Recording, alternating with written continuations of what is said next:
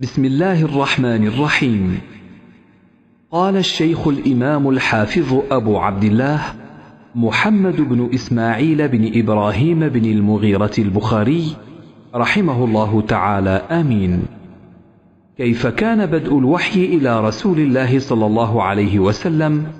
وقول الله جل ذكره: إنا أوحينا إليك كما أوحينا إلى نوح والنبيين من بعده. حدثنا الحميدي عبد الله بن الزبير قال حدثنا سفيان قال حدثنا يحيى بن سعيد الأنصاري قال أخبرني محمد بن إبراهيم التيمي أنه سمع علقمة بن وقاص الليثي يقول: سمعت عمر بن الخطاب رضي الله عنه على المنبر قال: سمعت رسول الله صلى الله عليه وسلم يقول: إنما الأعمال بالنيات وإنما لكل امرئ ما نوى، فمن كانت هجرته إلى دنيا يصيبها أو إلى امرأة ينكحها فهجرته إلى ما هاجر إليه. حدثنا عبد الله بن يوسف قال أخبرنا مالك عن هشام بن عروة عن أبيه عن عائشة أم المؤمنين رضي الله عنها أن الحارث بن هشام رضي الله عنه سأل رسول الله صلى الله عليه وسلم فقال: يا رسول الله، كيف يأتيك الوحي؟ فقال رسول الله صلى الله عليه وسلم: أحيانا يأتيني مثل صلصلة الجرس وهو أشده علي فيفصم عني وقد وعيت عنه ما قال، وأحيانا يتمثل لي الملك رجلا فيكلمني فأعي ما يقول. قالت عائشة رضي الله عنها: ولقد رأيته ينزل عليه الوحي في اليوم الشديد البرد فيفصم عنه وإن جبينه ليتفصد عرقا. حدثنا يحيى بن بكير قال حدثنا الليث عن عقيل عن ابن شهاب عن عروة بن الزبير عن عائشة أم المؤمنين أنها قالت: أول ما بدأ به رسول الله صلى الله عليه وسلم من الوحي الرؤيا الصالحة في النوم، فكان لا يرى رؤيا إلا جاءت مثل فلق الصبح، ثم حبب إليه الخلاء، وكان يخلو بغار حراء فيتحنث فيه وهو التعبد الليالي ذوات العدد قبل أن ينزع إلى أهله ويتزود لذلك، ثم يرجع إلى خديجة فيتزود لمثلها حتى جاءه الحق وهو في غار حراء، فجاءه الملك فقال: اقرأ. قال: ما أنا بقارئ. قال: فأخذني فغطني حتى بلغ مني الجهد ثم أرسلني فقال: اقرأ. قلت: ما أنا بقارئ. فأخذني فغطني الثانية حتى بلغ مني الجهد ثم أرسلني فقال: اقرأ. فقلت: ما أنا بقارئ. فأخذني فغطني الثالثة ثم أرسلني فقال: اقرأ باسم ربك الذي خلق، خلق الإنسان من علق، اقرأ وربك الأكرم. فرجع بها رسول الله صلى الله عليه وسلم يرجف فؤاده، فدخل على خديجة بنت خويلد رضي الله عنها فقال: زملوني زملوني، فزملوه حتى ذهب عنه الروع، فقال لخديجة وأخبرها الخبر: لقد خشيت على نفسي.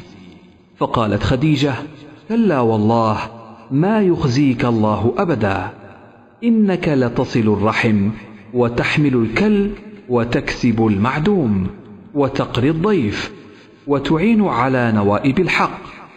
فانطلقت به خديجة حتى أتت به ورقة بن نوفل ابن أسد بن عبد العزى ابن عم خديجة، وكان امرأ تنصر في الجاهلية، وكان يكتب الكتاب العبراني، فيكتب من الإنجيل بالعبرانية ما شاء الله أن يكتب، وكان شيخا كبيرا قد عمي.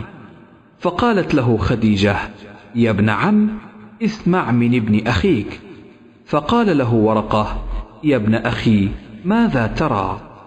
فأخبره رسول الله صلى الله عليه وسلم خبر ما رأى، فقال له ورقة: هذا الناموس الذي نزل الله على موسى، يا ليتني فيها جذعا، ليتني أكون حيا إذ يخرجك قومك. فقال رسول الله صلى الله عليه وسلم: أو مخرجيهم؟ قال: نعم، لم يأت رجل قط بمثل ما جئت به إلا عودي، وإن يدركني يومك أنصرك نصرا مؤزرا. ثم لم ينشب ورقة أن توفي وفتر الوحي. قال ابن شهاب: وأخبرني أبو سلمة بن عبد الرحمن أن جابر بن عبد الله الأنصاري قال وهو يحدث عن فترة الوحي، فقال في حديثه: بين أنا أمشي إذ سمعت صوتا من السماء، فرفعت بصري فإذا الملك الذي جاءني بحراء جالس على كرسي بين السماء والأرض، فرعبت منه فرجعت، فقلت: زملوني. فأنزل الله تعالى: يا أيها المدثر قم فأنذر، إلى قوله: والرجز فاهجر. فحمي الوحي وتتابع، تابعه عبد الله بن يوسف وأبو صالح، وتابعه هلال بن رداد عن الزهري، وقال يونس ومعمر بوادره. حدثنا موسى بن إسماعيل قال حدثنا أبو عوانة قال حدثنا موسى بن أبي عائشة قال حدثنا سعيد بن جبير عن ابن عباس في قوله تعالى: لا تحرك به لسانك لتعجل به. قال: كان رسول الله صلى الله عليه وسلم يعالج من التنزيل شدة، وكان مما يحرك شفتيه. فقال ابن عباس: فأنا أحركهما لكم كما كان رسول الله صلى الله عليه وسلم يحركهما. وقال سعيد: أنا أحركهما كما رأيت ابن عباس يحركهما، فحرك شفتيه، فأنزل الله تعالى: لا تحرك به لسانك لتعجل به، إن علينا جمعه وقرآنه. قال: جمعه له في صدرك وتقرأه، فإذا قرأناه فاتبع قرآنه. قال: فاستمع له وأنصت، ثم إن علينا بيانه، ثم إن علينا أن تقرأه. فكان رسول الله صلى الله عليه وسلم بعد ذلك إذا أتاه جبريل استمع، فإذا انطلق جبريل قرأه النبي صلى الله عليه وسلم كما قرأه. حدثنا عبدان قال أخبرنا عبد الله قال أخبرنا يونس عن الزهري وحدثنا بشر بن محمد قال أخبرنا عبد الله قال أخبرنا يونس ومعمر عن الزهري نحوه. قال أخبرني عبيد الله بن عبد الله عن ابن عباس قال: كان رسول الله صلى الله عليه وسلم أجود الناس، وكان أجود ما يكون في رمضان حين يلقاه جبريل، وكان يلقاه في كل ليلة من رمضان فيدارسه القرآن، فلرسول الله صلى الله عليه وسلم أجود بالخير من الريح المرسلة. حدثنا أبو اليمان الحكم بن نافع قال أخبرنا شعيب عن الزهري قال أخبرني عبيد الله بن عبد الله بن عتبة بن مسعود أن عبد الله بن عباس أخبره أن أبا سفيان بن حرب أخبره أن هرقل أرسل إليه في ركب من قريش، وكانوا تجارا بالشأم في المدة التي كان رسول الله صلى الله عليه وسلم ماد فيها أبا سفيان وكفار قريش، فأتوه وهم بإيلياء، فدعاهم في مجلسه وحوله عظماء الروم، ثم دعاهم ودعا بترجمانه، فقال: أيكم أقرب نسبا بهذا الرجل الذي يزعم أنه نبي؟ فقال أبو سفيان: فقلت أنا أقربهم نسبا.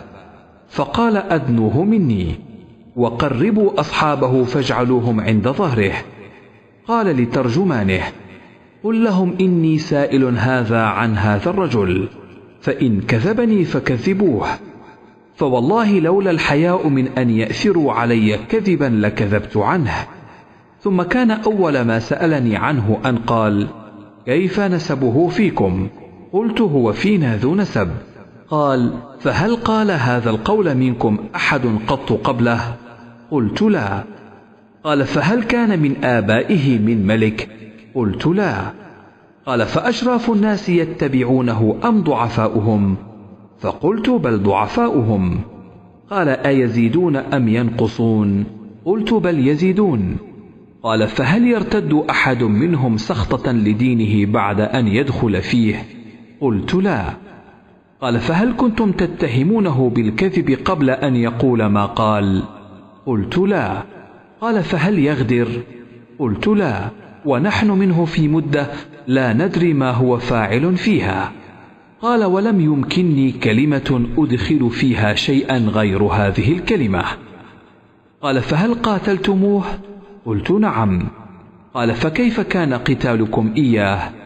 قلت: الحرب بيننا وبينه سجال، ينال منا وننال منه. قال: ماذا يأمركم؟ قلت: يقول: اعبدوا الله وحده ولا تشركوا به شيئا، واتركوا ما يقول آباؤكم، ويأمرنا بالصلاة والصدق والعفاف والصلة. فقال للترجمان: قل له سألتك عن نسبه فذكرت أنه فيكم ذو نسب، فكذلك الرسل تبعث في نسب قومها. وسألتك هل قال أحد منكم هذا القول فذكرت أن لا، فقلت: لو كان أحد قال هذا القول قبله لقلت: رجل يأتسي بقول قيل قبله. وسألتك هل كان من آبائه من ملك فذكرت أن لا، قلت: فلو كان من آبائه من ملك قلت: رجل يطلب ملك أبيه. وسألتك هل كنتم تتهمونه بالكذب قبل أن يقول ما قال؟ فذكرت أن لا، فقد أعرف أنه لم يكن ليذر الكذب على الناس ويكذب على الله. وسألتك أشراف الناس اتبعوه أم ضعفاؤهم؟ فذكرت أن ضعفاءهم اتبعوه وهم أتباع الرسل. وسألتك أيزيدون أم ينقصون؟ فذكرت أنهم يزيدون، وكذلك أمر الإيمان حتى يتم. وسألتك أيرتد أحد سخطة لدينه بعد أن يدخل فيه؟ فذكرت أن لا، وكذلك الإيمان حين تخالط بشاشته القلوب. وسألتك هل يغدر؟ فذكرت أن لا، وكذلك الرسل لا تغدر. وسألتك بما يأمركم؟ فذكرت أنه يأمركم أن تعبدوا الله ولا تشركوا به شيئا، وينهاكم عن عبادة الأوثان، ويأمركم بالصلاة والصدق والعفاف. فإن كان ما تقول حقا فسيملك موضع قدمي هاتين، وقد كنت أعلم أنه خارج، لم أكن أظن أنه منكم، فلو أني أعلم أني أخلص إليه لتجشمت لقاءه، ولو كنت عنده لغسلت عن قدمه. ثم دعا بكتاب رسول الله صلى الله عليه وسلم الذي بعث به دحية إلى عظيم بصرى، فدفعه إلى هرقل فقرأه فإذا فيه: بسم الله الرحمن الرحيم، من محمد عبد الله ورسوله إلى هرقل عظيم الروم، سلام على من اتبع الهدى. أما بعد، فإني أدعوك بدعاية الإسلام، أسلم تسلم، يؤتك الله أجرك مرتين، فإن توليت فإن عليك إثم الأريسيين. ويا أهل الكتاب تعالوا إلى كلمة سواء بيننا وبينكم ألا نعبد إلا الله ولا نشرك به شيئا، ولا يتخذ بعضنا بعضا أربابا من دون الله، فإن تولوا فقولوا اشهدوا بأننا مسلمون.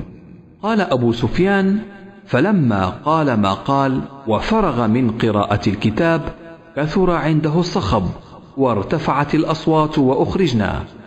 فقلت لأصحابي حين أخرجنا: لقد أمر أمر بن أبي كبشة، إنه يخافه ملك بني الأصفر، فما زلت موقنا أنه سيظهر حتى أدخل الله علي الإسلام.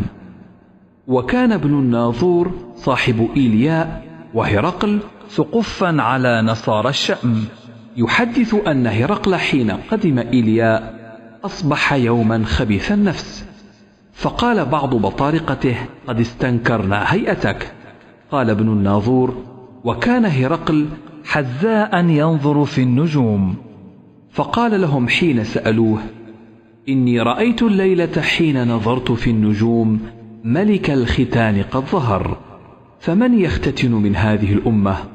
قالوا: ليس يختتن إلا اليهود، فلا يهمنك شأنهم، واكتب إلى مداين ملكك فيقتلوا من فيهم من اليهود.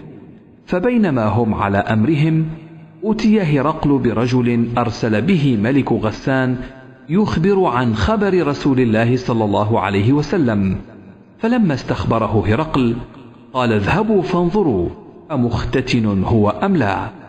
فنظروا إليه فحدثوه أنه مختتن، وسأله عن العرب فقال: هم يختتنون. فقال هرقل: هذا ملك هذه الأمة قد ظهر. ثم كتب هرقل إلى صاحب له برومية، وكان نظيره في العلم، وسار هرقل إلى حمص، فلم يرم حمص حتى أتاه كتاب من صاحبه يوافق رأي هرقل على خروج النبي صلى الله عليه وسلم وأنه نبي، فأذن هرقل لعظماء الروم في تذكرة له بحمص، ثم أمر بأبوابها فغلقت، ثم اطلع فقال: يا معشر الروم، هل لكم في الفلاح والرشد وأن يثبت ملككم فتبايعوا هذا النبي؟ فحاصوا حيصة حمر الوحش إلى الأبواب فوجدوها قد غلقت، فلما رأى هرقل نفرتهم وأيس من الإيمان قال: ردوهم علي.